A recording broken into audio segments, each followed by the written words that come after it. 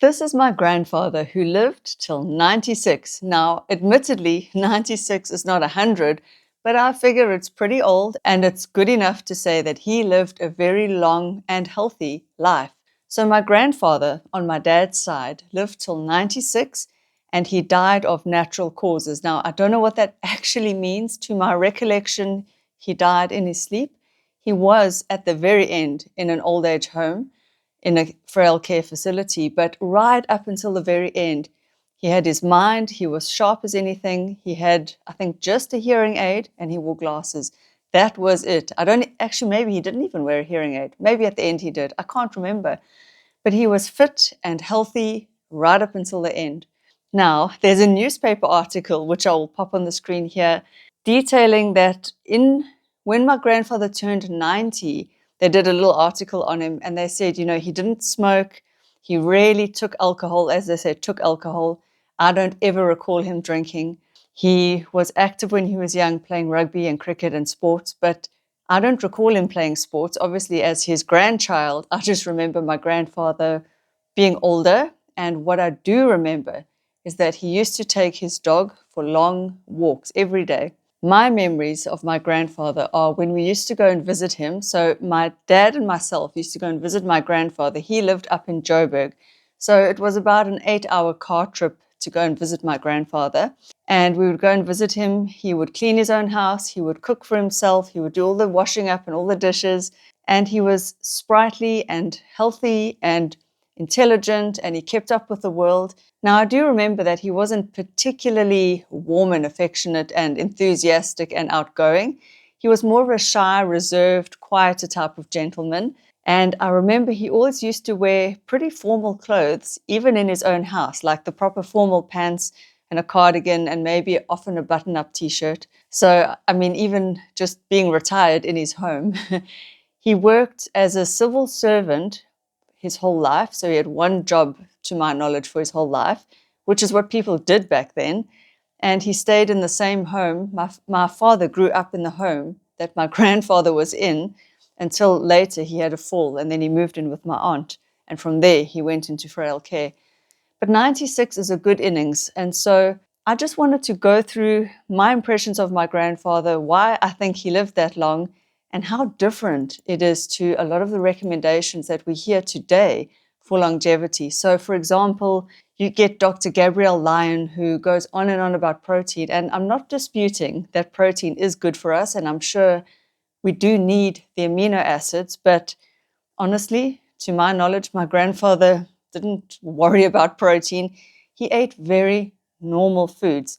It would be toast and marmalade for breakfast, or oat porridge, or something called millie meal, which is like a ground kind of maize or corn flour kind of cereal that you would cook. He would always have it with sugar. He would have tea with sugar. He had maybe like some roast beef and vegetables for supper or for lunch. I always remember normal foods, or like macaroni or spaghetti, or I don't know, he would cook proper meals for himself. Back then there wasn't takeaways. But at my grandfather's house, there would always be pudding as well. So maybe some ice cream, some custard, some canned fruit or something like that. And so he didn't eat excessive amounts, but he didn't eat any sort of particularly healthy way. He was slim for his whole life. And so he just ate what I consider to be normal foods, breads, nothing. He didn't avoid carbohydrates either. He didn't avoid fats. He didn't follow any special diet. He just ate what I would say most Englishmen ate, and his heritage is more from Scottish and I think a bit of Irish. So there's that kind of bloodline on my grandfather's side. And that's where I get my surname Corrins, is from my grandfather's side. That's my maiden surname. And so to my knowledge, he did nothing fancy. He was active, like I said, even in his 80s and 90s. I remember him walking his dog every day. We would often go, when I would visit him, we would walk the dog out on this big open field. Now, how long did we walk for? I was little. It felt like forever. That maybe it was 2-3 kilometers. I can't recall. I don't know. But I remember we'd go for this long walk and throw a stick for the dog and meander back. So he did that. He did his own housework. And as that article said, when he was younger, he would play sports. But my grandfather wasn't trying to do HIIT training or resistance training, or he wasn't trying to build muscle. He wasn't particularly like buff or anything like that. And so you hear all these guys on these podcasts now talk about muscle is the organ of longevity. But I have to ask, is it? Is it? And then you hear people talk about how grip strength is a proxy for longevity. Is it? I don't remember my grandfather ever working particularly on his grip strength. What he did was, and this is what I would say would be the key takeaways for longevity, he lived a calm, peaceful, stable life. He had a family. He ate very normally. He ate modest, normal portions. He wasn't trying to chase some idealized version of himself or his body or anything. You know, back in those days, none of this sort of frenzy around being fit or being the ideal body existed. He had a social life. He had friends. He had family around him. My dad and my aunts and my cousins would often go and visit him.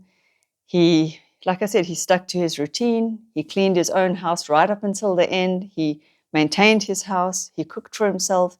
He did his dishes and his washing up. And so I think moderation is really such a huge thing for longevity. Nothing extreme, guys, nothing extreme, at least not in my grandfather's case. Now, did he have great genetics? Probably, maybe. I hope I've inherited them. But again, he just lived a very normal, solid life. No extreme dieting, no extreme exercise, no trying to be strong, no trying to build or gain or create muscle. Now, would he have lived longer had he had more muscle mass? I don't know. Maybe. Would he maybe not have fallen had he had more muscle mass and was fitter? Maybe. I honestly can't say. Who can say? When he fell, though, he was in his 90s. And that's what, like the beginning of his demise was after his fall. And then he moved in with my aunt. But even after he moved in with my aunt, he was still chipper. He was still bossing her around and telling her what to do. And so he remained vital right up until the end. And I think that speaks volumes. I think what we need to remember on social media and on YouTube today is that, just chill, people. We don't have to go chasing anything too extreme or too crazy. So I recommend getting in adequate protein, building muscle, doing resistance training, but I think not to extremes. You know, don't go crazy. With dieting, eat as healthily as you can, when you can, as far as possible. But again, there's no need to chase these unrealistic, unattainable goals for fiber, protein, and health, and vitamins and longevity. I mean, my grandfather never took a vitamin tablet. I don't even think they existed back then. And so I think we need to just have a balanced and a well-rounded mindset when it comes to so much advice on the internet. And I hope that is what I give to you guys, is something more moderate and balanced. And I think if you can do something sustainable throughout your lifetime, like my grandfather did, moderate, normal food, moderate portions, and he just kept active. He kept that up for his whole life. So there's the key. There's the key. It's not hard. It doesn't have to be difficult. He wasn't doing squats. He wasn't doing pull-ups. He wasn't doing box jumps or HIIT training or running marathons. He did none of that. That was my dad who ran marathons.